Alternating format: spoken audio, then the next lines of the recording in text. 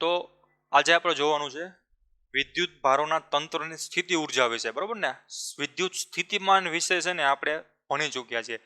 એક આખું એક ટોપિક હતો ને એ ક્લિયર થયો છે, ક્લિયર ને, સ્થિતિમાન વિશેનો, કે વિદ્યુત સ્થિતિમાન એટલે છે શું, બરોબર? પોટેન્શિયલ વિશે આપણે ભણી ચૂક્યા છીએ, ક્લિયર. તો આપણે આગળ જોઈ ગયા કે પોટેન્શિયલ રહ્યું ને, પોટેન્શિયલ એ શું સૂચવે છે કે એકમ ધન વીજભાર હોય ને અથવા એકમ ઋણ વીજભાર હોય ને એનું કાર્ય સૂચવે. હવે આપણે હજી અભ્યાસ કરવાનો છે ને સ્થિતિ ઉર્જાનો છે, વિદ્યુત સ્થિતિમાનનો નથી, બરાબર ને?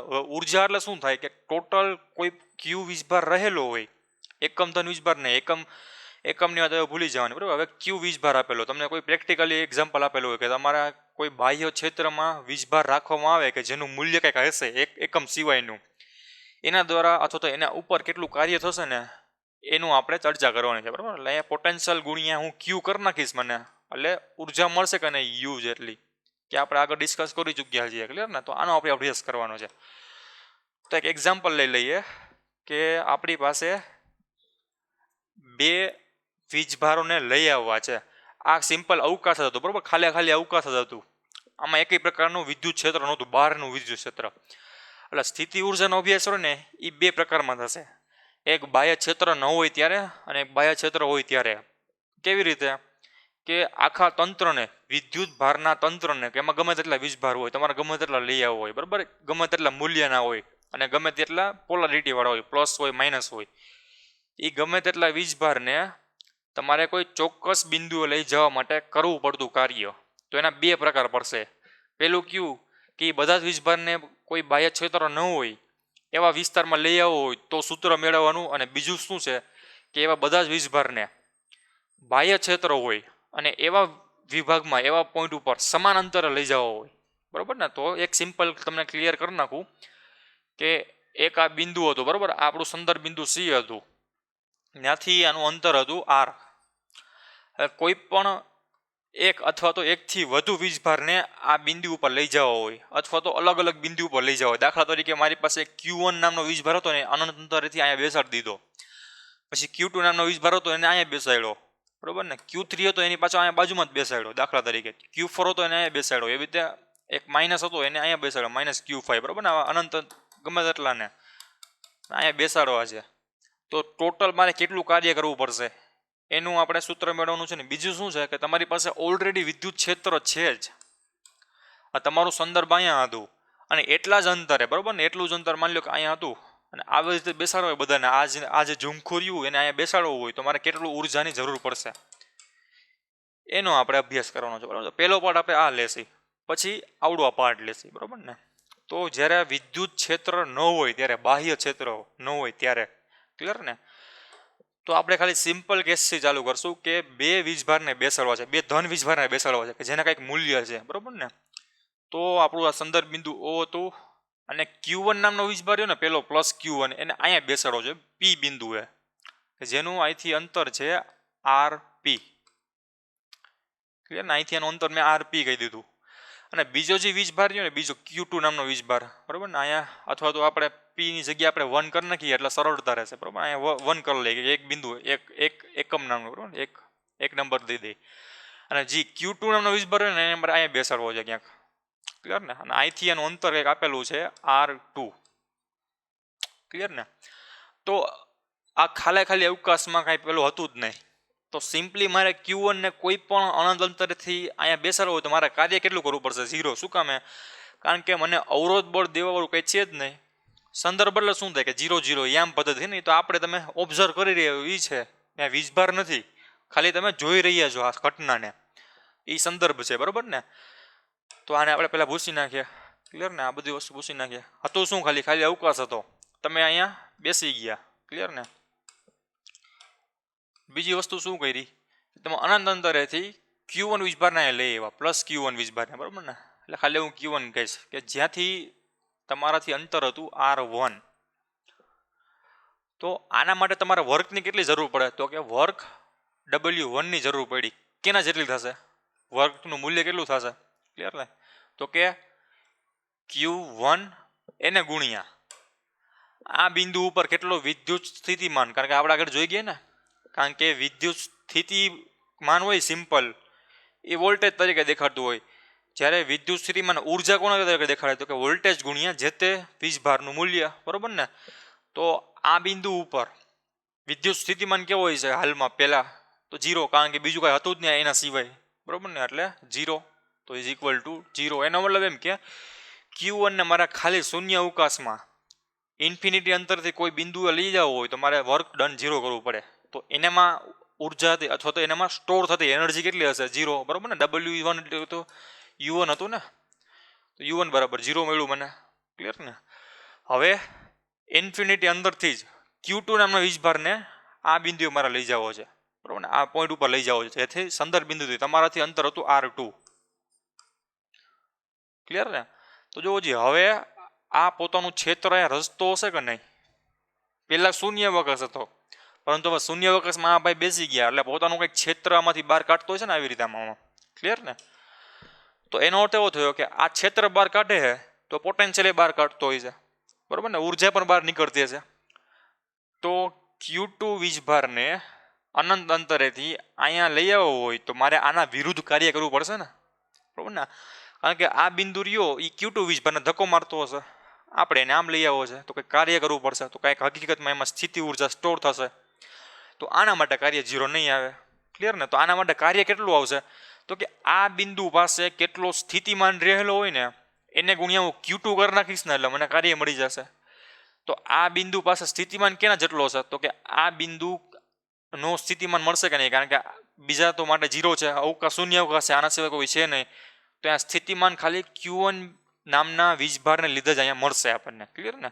સ્થિતિમાન કોના દ્વારા મળશે તો કે Q1 ના વીજભાર. કેટલો મળશે તો કે આ બિંદુ ઉપર વીજભાર, જો અહીંથી આનું અંતર કેટલું હશે તો કે R21 કહી દઉં.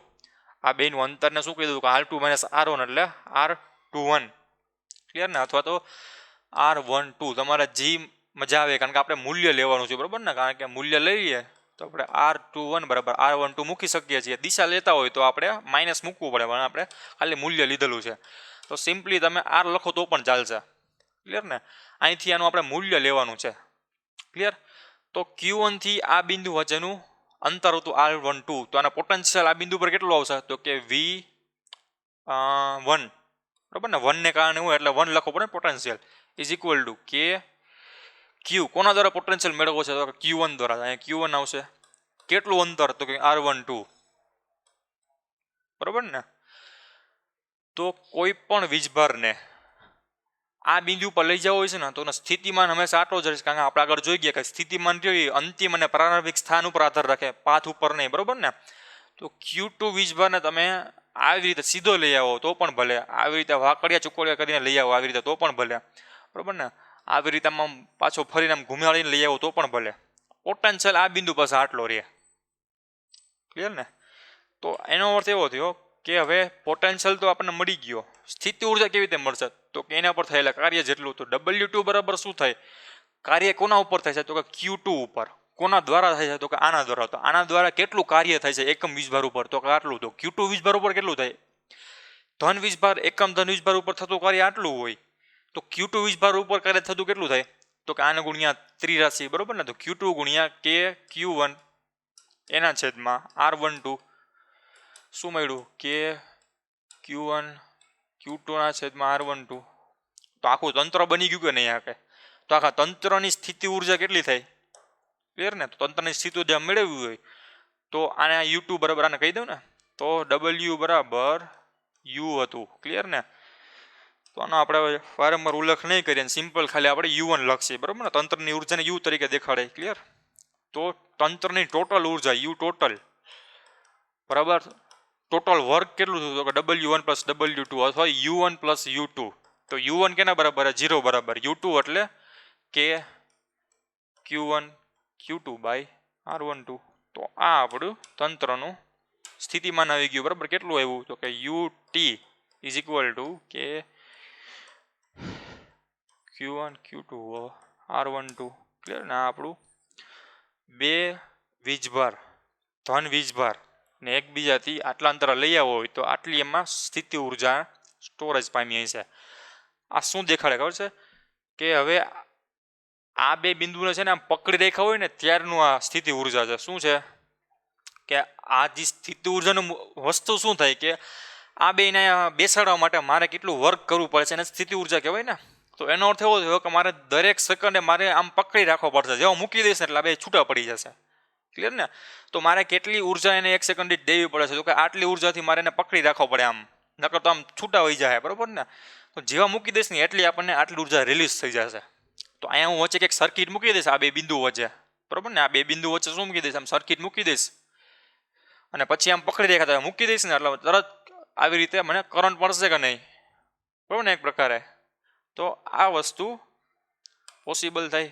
તો શું કામ મળશે? કારણ કે આપણને ખબર છે કે આ જે સ્થિતિ ઉર્જા હતી જેવો મૂકી દઈશ એવું મને ગતિ ઉર્જામાં રૂપાંતર થઈ જશે. તો ગતિ ઉર્જામાંથી આપણને મિકેનિકલ એનર્જીમાં રૂપાંતર કરવું હોય તો વચ્ચે ડાયનેમો મૂકી દઉં તો મને ડાયનેમો મળશે. બરોબર ને? દાખલા તરીકે કોઈ પણ વસ્તુ તમે રન કરાવો છો તો એ સ્થિતિ ઉર્જામાંથી ગતિ ઉર્જાનું ટ્રાન્સફર કરો છો ને, તો આ વસ્તુ સ્થિતિ ઉર્જામાંથી ગતિ ઉર્જામાં ટ્રાન્સફર થઈ ગયું. તો આ બેટરીનું જ એક્ઝામ્પલ છે કે કોઈ પણ બેટરી અથવા તો કોઈ પણ તમારા ઘરમાં આવેલા સોકેટમાં કેટલી ઉર્જા હશે વિદ્યુત સ્થિતિમાન આપણે કહીએ 240 વોલ્ટનો હે, તો Q2 ગુણ્યા આ 240 કરી નાખશો.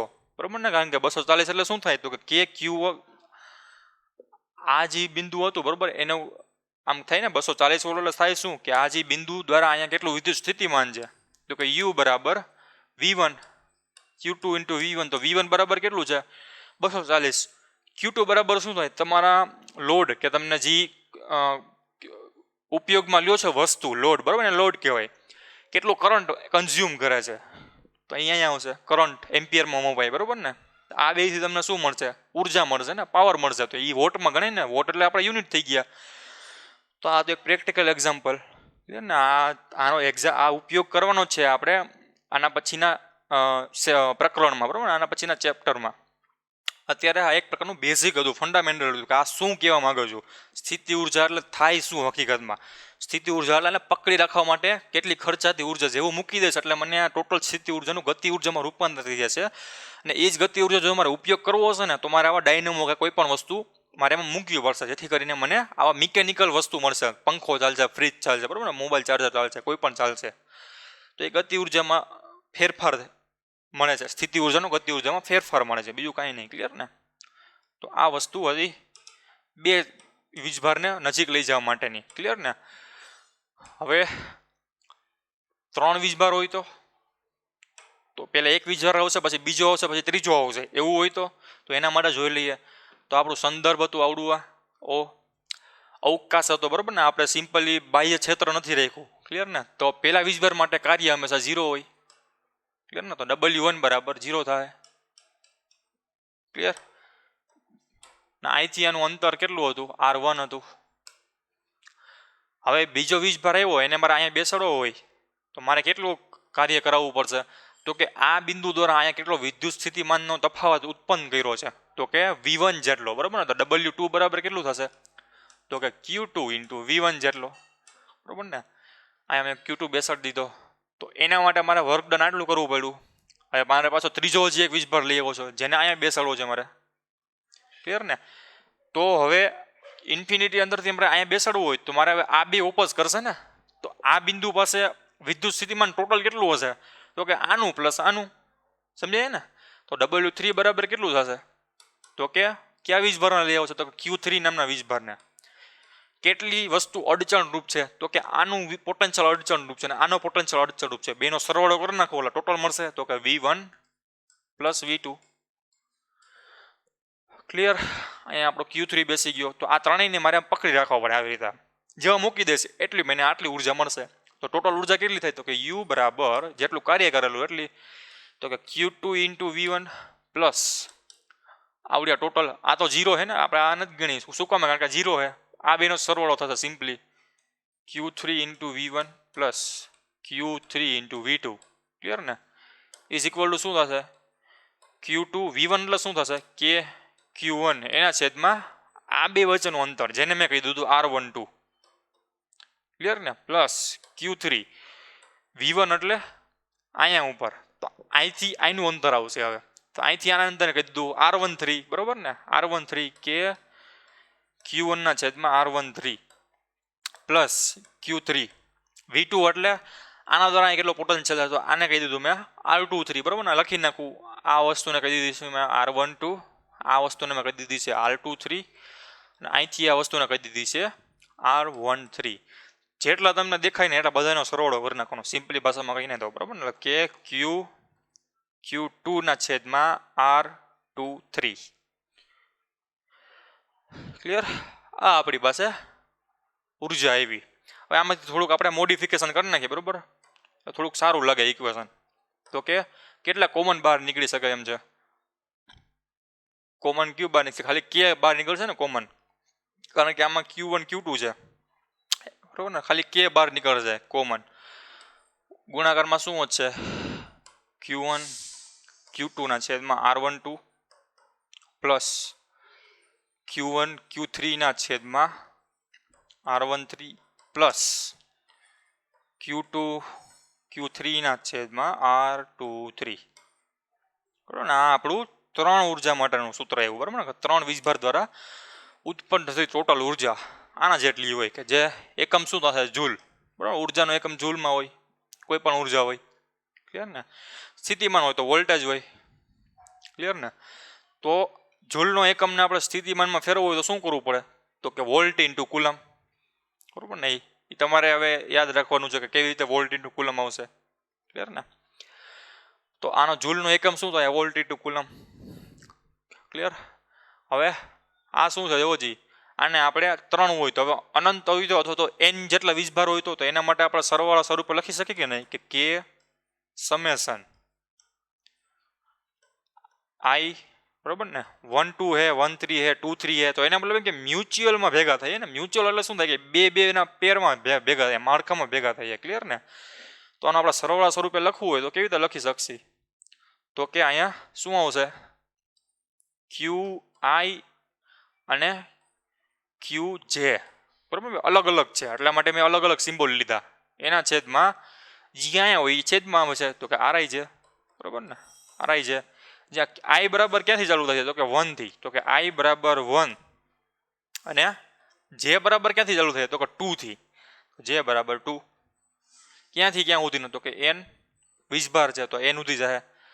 બીજી મારે શું લખવું પડશે અહીંયા કન્ડિશન? તો કે I not equal to J. શું કામ? કારણ કે પોતાના દ્વારા પોતામાં સેન્ટરમાં ઉત્પન્ન થતું ક્ષેત્ર અથવા તો વિદ્યુતીય સ્થિતિમાન કેવું હોવાનું? 0. બરાબર ને, I ઇઝ ઇક્વલ ટુ જેનો મતલબ શું થાય? કે આ જે પદાર્થ હતો, બરાબર, આ જે વીજભાર હતો અને અહીંયા લઈ આવવા માટે પોતાના દ્વારા થતું વર્ક કેટલું થાય? 0. બરાબર ને, એનો મતલબ થાય I બરાબર J થાય. બરાબર ને, આ I બરાબર અહીંયા જે મૂકશો તો તમને શું મળશે? જોવો, આ ઇક્વેશનમાં તમે જે મૂકશો I બરાબર J, તો કે Q² ના છેદમાં R મળશે ને, કે Q² ના છેદમાં R. એનો અર્થ એવો થયો કે પોતાને જ એ બિંદુએ લઈ જવા માટે થતું કાર્ય એ તો 0 હોય ને, કારણ કે પોતાની સાથે પોતે વિદ્યુત સ્થિતિમાન 0 હતું આખા અવકાશમાં. સમજાય ને? કે કોઈ પણ વસ્તુ મૂવ કરતી હોય, કોઈ પણ વીજભાર મૂવ કરે છે તો એની યારે સ્થિતિમાન પણ મૂવ કરતું હોય છે ને. એવું તો નથી કે સ્થિતિમાન અહીંયા રહી ગયું, પોતે વીજભાર આગળ વયો ગયો. બરાબર, ગાડી અહીંયા તમે એમ કહેતા હોય કે તમારી સાપેક્ષે રોડ કેટલો પાછળ જાય છે. બરાબર ને, તમારી સાપેક્ષે રોડ કેટલો પાછળ જાય છે. તમે ગાડી બાઇક લઈને હાલતા હોય, તમે દોડતા હોય, બરાબર, ગાડી હકલતા હોય, તો તમે એવું નોટિસ કરતા હોય કે તમારી મેજર કરતા હોય કે તમારી સાપેક્ષે રોડ કેટલો પાછળ જાય છે. તો એવું હું કહી શકું કે તમારી સાપેક્ષે પર ગાડીની સાપેક્ષે રોડ કેટલો પાછળ જાય છે, એ વસ્તુ બે માટે સેમ જ આવશે કે નહીં? કે હું તમારી સાપેક્ષે રોડની ગતિનો અભ્યાસ કરું કે હું તમારી બાઇકની સાપેક્ષે રોડની ગતિનો અભ્યાસ કરું, વેલ્યુ તો સેમ મળશે ને. એવું તો નહીં બને કે તમારી ગાડી એક જગ્યાએ એમ ઊભી રહી ગઈ તમે આગળ આમ હાલતા ગયા, બરાબર ને, એક્સિડન્ટ સિવાય. ક્લિયર ને? એનો અર્થ એવો થયો કે રોડની સાપેક્ષે ગાડીની ઝડપ 0 આવી અને તમે છતાં પણ હાલતા હોય આગળ રોડની સાપેક્ષે, તો એવું સમજવું કે એક્સિડન્ટ થઈ ગયેલું છે. બરાબર ને, કોકે પાછળથી ટક્કર મારી દીધી છે. ક્લિયર ને? તો એવું તો નહીં બને કે તમે આગળ હેલા જ ગયા હોય તમારી બાઇક ઊભી રહી ગઈ હોય, તમે એને બાઇક આગળ જ હેલી જતી હોય ને. તો એ વસ્તુ દેખાડે છે. હા, ક્લિયર ને? કે પોતાની સાપેક્ષે પોતાએ કેટલું કાર્ય કરવું પડશે? તો કે 0. ક્લિયર ને? કારણ કે કાર્ય હંમેશા બાહ્ય બળ દ્વારા થાય. બરાબર ને? તો આ વસ્તુ એનું સિમ્પલ સ્વરૂપ આવી ગયું. ક્લિયર ને? 1 2 2 3 1 3 જેટલા પોસિબલ કોમ્બિનેશન બને એ આ એનું વ્યાપક સમીકરણ આવી ગયું. આમાંથી તમે એક તંત્ર માટે, બે તંત્ર માટે, 3 તંત્ર માટે, ગમે એટલા માટે કરી શકો. ક્લિયર ને? તો આ સ્થિતિ ઉર્જાનું મૂલ્ય એવું. આના ઉપરથી એક હવે સમ એક્ઝામ્પલ કરી લઈએ. બરાબર, સમ કરી લઈએ. શું કહેવા માંગે છે? તો કે આપણી પાસે આવો એક સમ આપેલો છે. કે આકૃતિમાં દર્શાવ્યા અનુસાર ડી બાજુવાળા ચોરસ ABCD ના શિરોબિંદુ ઉપર 4 વીજભારો ગોઠવાયેલા છે. તો એમાંથી આ બે કેસ શોધવાના છે. પહેલું શું છે કે આ ગોઠવણી પ્રાપ્ત કરવા માટે જરૂરી કાર્ય શોધો, અને બીજું છે 4 વીજભારોને તે શિરોબિંદુ ઉપર જકડી રાખીને વીજભાર Q0 ને ચોરસના કેન્દ્ર પર લાવવામાં આવે છે. તો આ માટે વધારાનું કેટલો કાર્ય જરૂરી છે, બરાબર ને? તો તમને આ પ્રમાણે ડાયાગ્રામ આપવામાં આવેલો છે કે આ ચોરસ છે જેમાં બે વચ્ચેનો અંતર ડી છે બધેમાં, બરાબર ને? ચોરસ ઉપર તો હંમેશા ડી જ હોય, અંતર ગમે તે હોય, એલ હોય, જોઈ કોઈ પણ લઈ શકો. બીજું શું છે કે આ ABCD, તો અહીંયા A B, બરાબર ને? આ C આ D. શું શોધવાનું છે કે ગોઠવણી પ્રાપ્ત કરવા જરૂરી કાર્ય શોધો. તો સિમ્પલ આગળ કેસમાં, બરાબર ને, આપણે 3 અભ્યાસ કરી ચૂક્યા છીએ. 3 જી કોઈ પણ આપણે વીજભારના લઈ આવ્યો હોય તો એનો આપણે અભ્યાસ કરી ચૂક્યા ને, તો 3 જગ્યાએ 4 છે, બીજું કાંઈ નથી આ, બરાબર ને? તો સર્વપ્રથમ માની લ્યો કે આ એ જો હતો ને એવડો, આ એ ઉપર, એ બિંદુ ઉપર એને લઈ આવ્યો, તો એના માટે કાર્ય કેટલું થાય? તો કે WA માટે કાર્ય કેટલું થાય? તો કે 0, બરાબર ને? કારણ કે કાંઈ અવકાશ નહોતો, બાહ્ય ક્ષેત્ર નહોતું, એટલા માટે આ એ વીજભારને એ બિંદુ ઉપર લઈ જવા માટે 0 કાર્ય કરવું પડે. હવે ધીમે આ બી વીજભારને લઈ આવ્યા, કોની સાપેક્ષે? આની સાપેક્ષે, બરાબર ને? કારણ કે ઓલરેડી એ તો આવી ગયું, તો હવે આને બી ને લઈ આવ્યા. અહીંયા આ બે નહોતા ત્યારે, ચારેયને ધીમે ધીમે એક પછી એક લઈ આવ્યા એના પોતાના સ્થાન ઉપર. તો પહેલા એ આવ્યો, જ્યારે આ ત્રણેય એક નહોતા ત્યારે એના માટે કાર્ય 0 કરવું પડ્યું. હવે બી આવ્યો, કોની સાપેક્ષે આવ્યો? તો કે એની સાપેક્ષે આવ્યો ને. તો એનો મતલબ એમ કે આને હવે કાર્ય કરવાની જરૂર પડશે. તો કે હા, કેટલું કાર્ય થશે? તો કે WB જેટલું, બરાબર ને? અથવા કેટલી સ્થિતિ ઉર્જા થશે? તો પણ એ થશે. UB લખો તો પણ ભલે, બરાબર ને? આ UA જેટલું આવ્યું, બરાબર ને? એટલે આપણે ડાયરેક્ટ WB બરાબર કેટલું થશે? તો કે Q × V જેટલું. તો આના દ્વારા પોટેન્શિયલ કેટલો હશે? તો કે VB જેટલો, બરાબર ને? કોને આવવું છે? બી નામના વીજભારને. ક્યાં આવવું છે? આ બિંદુ ઉપર. તો એના માટે કાર્ય એને VB જેટલું કરવું પડશે, QV જેટલું. QB કેવો છે? નેગેટિવ છે કે પોઝિટિવ? તો કે નેગેટિવ. એટલા માટે અહીંયા કાર્ય કેવું આવશે? નેગેટિવ. બરાબર? ખેંચ છે ને આ વસ્તુ. નેગેટિવનો મતલબ શું થાય? કે આપણને ઉર્જા મળશે. જેવો ઇન્ફિનિટ અંતર આને થોડાક અંતર અહીંયાથી મૂકી દેશું ને, જરાક ઝટકો દેશું ને, એટલે અહીંયા ઓટોમેટિક અહીંયા આવતો રહેશે. વધારાનું કાર્યની જરૂર નહીં પડે. શું કામ? કારણ કે આ બે વચ્ચે આકર્ષણ બળ થશે, બરાબર ને? એટલે આપણે કાર્ય મળશે આ કેસમાં. VB એટલે આના દ્વારા અહીંયા પોટેન્શિયલ કેટલો મળશે? તો કે K × QA એના છેદમાં આ બે વચ્ચેનું અંતર કેટલું હોય? D જેટલું, બરાબર ને? હવે આ બે આવી ગયા. હવે આ D અથવા તો આ C ને લઈ આવ્યા, બરાબર ને? આ D ને પછી રાખશું કારણ કે ABCD સિક્વન્સમાં હાલી, બરાબર? તો આને લેવા, આને લેવા, આનો વારો. ક્લિયર ને? તો આ બે થી આનું અંતર કેટલું થશે? પેલા Q0 ને કાઢી નાખી. ક્લિયર ને? QA થી આનું અંતર કેટલું થશે? તો કે આટલું D હોય, આ D હોય, તો આ પાયથાગોરસના નિયમ મુજબ √2D આવશે. ક્લિયર ને? તો હવે જોવો જોઈએ, આના દ્વારા અહીંયા પોટેન્શિયલ હશે ને આના દ્વારા અહીંયા પોટેન્શિયલ હશે. એટલે બે પોટેન્શિયલ મળશે કે નહીં? કે WC ને લઈ આવવો હોય, બરાબર? આ QC નામના વીજભારને લઈ આવવો હોય તો એના માટે બે પોટેન્શિયલનો એને સામનો કરવો પડશે. એક કોનો છે? તો કે VA અને પ્લસ VB નો, બરાબર ને? Is equal to QC. તો VA એટલે કેટલું થાય? તો I ધન છે ને I ધન છે એટલે પોઝિટિવ આવશે, બરાબર ને? એટલે કે QA × એના છેદમાં આ બે વચ્ચેનું અંતર √2D, બરાબર ને? √2D. ક્લિયર? અને પ્લસ VB. તો VB કેવું આવશે? માઇનસ આવશે ને, કારણ કે ખેંચ છે ને, એટલા માટે માઇનસ આવશે, બરાબર ને? એટલે માઇનસ K Q. આના દ્વારા અહીંયા પોટેન્શિયલ કેટલો હશે? તો કે B એના છેદમાં D જેટલો. ક્લિયર? એટલે આ બીજા માટે આવી ગયું. આ ત્રણેય આવી ગયા. તો આ ત્રણેય આવી ગયા. હવે આ ચોથા માટે. ક્લિયર ને? તો ચોથા માટે કેટલું થશે? તો કે WD ઇઝ ઇક્વલ ટુ કોને લઈ આવવા છે? તો કે QC નામના વીજભારને, બરાબર ને? QC. કેટલા વીજભારનો સામનો કરવો પડશે? તો કે VA દ્વારા, VB દ્વારા અને VC દ્વારા, બરાબર ને? સોરી, આ VD ને લઈ આવી છે, બરાબર ને? આપણે VD ને લઈ આવી છે, VD ને લઈ આવી છે. ક્લિયર ને? આ વીજભારને લઈ આવી છે આ બિંદુ ઉપર. ક્લિયર? તો આ વીજભાર કેવો છે? નેગેટિવ. એટલા માટે નેગેટિવ આવશે, બરાબર ને? જે વીજભારનું મૂલ્ય એ લખી નાખવાનું જઈએ ને. ક્લિયર?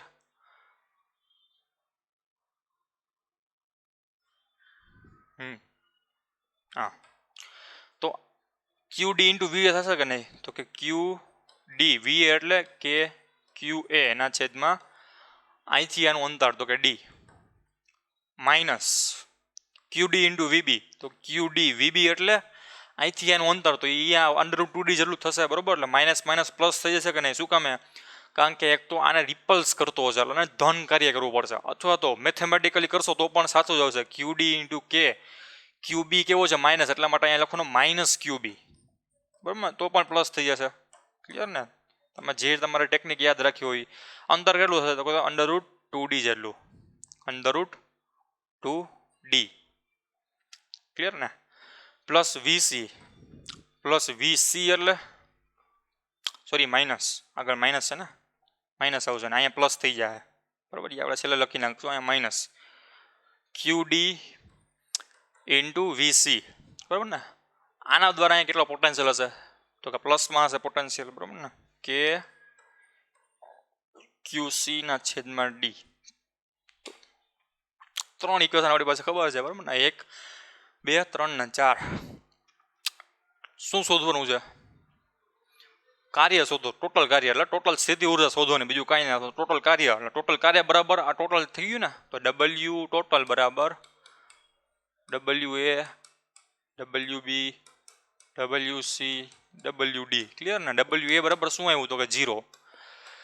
B બરાબર શું આવ્યું? WB બરાબર માઇનસ K, આને હવે ભૂસી નાખો, બરાબર ને. આ પ્લસને ભૂસી નાખો કારણ કે માઇનસ છે. Minus K QA QB/D. બીજી વસ્તુ એ કે બધાના મૂલ્ય જેવો છે, સમાન છે ને, એટલે QA બરાબર QB બરાબર Q લખી નાખો તો પણ ચાલે, બરાબર ને. એટલે અહીંયા શું થઈ જાય? K સ્ક્વેર થઈ જાય ને, K Q સ્ક્વેર થઈ જશે અહીંયા, બરાબર ને. એવી જ રીતે B માટે શું થશે? જોજી, B B માટે આવી ગયો. C માટે શું થશે? C માટે તો કે પ્લસ આનું અંતર, બરાબર ને. એટલે K Q square minus K Q square, બરાબર ને. K Q સ્ક્વેર/D પ્લસ આ છેલ્લાનો સરવાળો, એટલે પ્લસ કરીને, એટલે આ પેલું પદ છે માઇનસમાં, એટલે માઇનસ આવશે K Q square minus minus plus, આ માઇનસના માઇનસ પ્લસ થઈ જાય. K Q square minus K Q square, બરાબર ને. આપણી પાસે આ વસ્તુ આવી, આપણી પાસે ટોટલ વર્ક આવી ગયું. ટોટલ વર્ક બરાબર શું થશે હવે? તો કે સમાન પદ હોય એ કેન્સલ કરી નાખો, નો નીકળતા હોય તો કાંઈ વાંધો નહીં. તો આ બે સમાન છે, પોઝિટિવમાં છે, એટલે 2 ગુણ્યા K Q સ્ક્વેર/√2D આવી ગયા. 1, 2, 3 ને 4, 4 પદ માઇનસમાં છે, એટલે 4 વાર આવશે K Q સ્ક્વેર/D. એટલે આપણી પાસે આવું કંઈક ઇક્વેશન બન્યું. ક્લિયર ને? ઇઝ ઇક્વલ ટુ શું લખી શકું? K Q સ્ક્વેર, એટલે આ જે વસ્તુ રહી, બરાબર, 2/√2, એટલે આ થઈ જશે ઉપર √2. કેવી રીતે? કારણ કે આ 2 ને હું √2 સ્ક્વેર કરી શકું ને, આવી રીતે લખી શકું કે નહીં? તો એક આને એટલે કેન્સલ થઈ ગયો, બરાબર, √2, એટલે ખાલી ઉપર મને √2 જ મળશે, √2 જ મળશે. ક્લિયર? કે Q સ્ક્વેર/છેદમાંથી નીકળી ગયો 4K Q સ્ક્વેર/D. ક્લિયર ને? ઇઝ ઇક્વલ ટુ આમાંથી K Q સ્ક્વેર/D કોમન કાઢી નાખો, અથવા તો આ તમારો આન્સર આવી ગયો. ક્લિયર ને? K Q સ્ક્વેર/D આ કોમન કાઢી નાખો એટલે મને મળશે હું 4 બરાબર. આ તમારો ફાઇનલ આન્સર, આ બે તમારા આન્સર જ છે, બરાબર, જે તમારે લખવો હોય. ક્લિયર? તો આ તમારો આન્સર આવી ગયો. હવે આપણે શું ફાઇન કરવાનું છે? બીજો કેસ. તો બીજા કેસમાં શું હતું કે 4 વિદ્યુત ભારને, બરાબર ને. હવે આ તમે લઈ આવો, હવે એક્સ્ટ્રા તમારો વીજભાર અનંત અંતરેથી અહીંયા લઈ આવવો છે, બરાબર ને. અનંત અંતરેથી અહીંયા તમારે સેન્ટરમાં ગોઠવવો છે, Q0, બરાબર ને. Q0 ને તમારે સેન્ટરમાં ગોઠવવો છે, તો એના માટે કેટલું કાર્ય કરવું પડશે? ક્લિયર ને? તો આપણે એક કામ કરી શકીએ કે નહીં, કે સેન્ટરમાં આ ચારેય બિંદુ વડે કેટલું વિદ્યુત ક્ષેત્ર ઉત્પન્ન થાય છે એ ફાઇન કરી લઈ. તો જોવું જોઈએ, સેન્ટરથી આ જેટલું દૂર છે એટલા જ બધા દૂર છે કે નહીં? કેટલા દૂર હશે? તો કે આખું √2/D હોય તો અડધું કેટલું થશે? તો કે આટલું અંતર કેટલું છે? આખું અંતર તો કે √2D છે.